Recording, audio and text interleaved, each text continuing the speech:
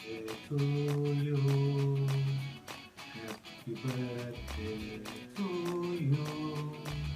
Happy birthday Happy birthday Happy birthday to you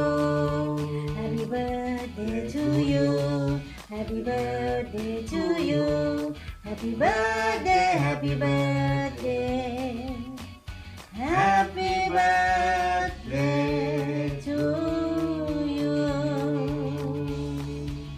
ขอบคุณครับวันนี้เป็นวันเกิดของซอนย่านะคะ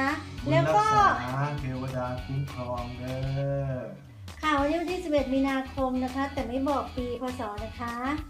อันนี้เป็นเค้กที่น้องสาวเผือกมันบันเทิงส่งมาให้นะคะ แล้วก็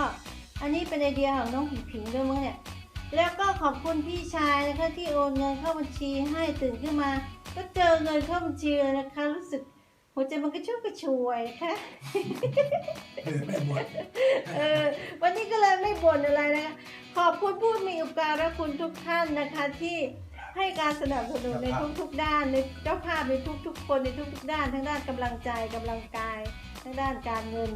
อะไรก็แล้วแต่นะคะที่เป็นแรงผลักดันนะคะ แล้วก็ขอให้พรนี้ขอให้ความสำเร็จความสุขความเป็นสิริมงคลจงเกิดแก่ทุกท่านที่ได้ฟังคลิปนี้นะคะขอให้ทุกท่านมีความสุขสมหวังแล้วก็มีแต่สิ่งกุศลธรรมทั้งปวงเข้ามาในชีวิตคิดสิ่งใดก็ให้เป็นสิ่งที่เป็นกุศลแล้วก็สมความมุ่งมั่นปรารถนาทุกประการเทิน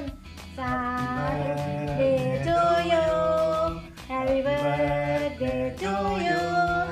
Happy birthday Happy birthday Happy birthday to you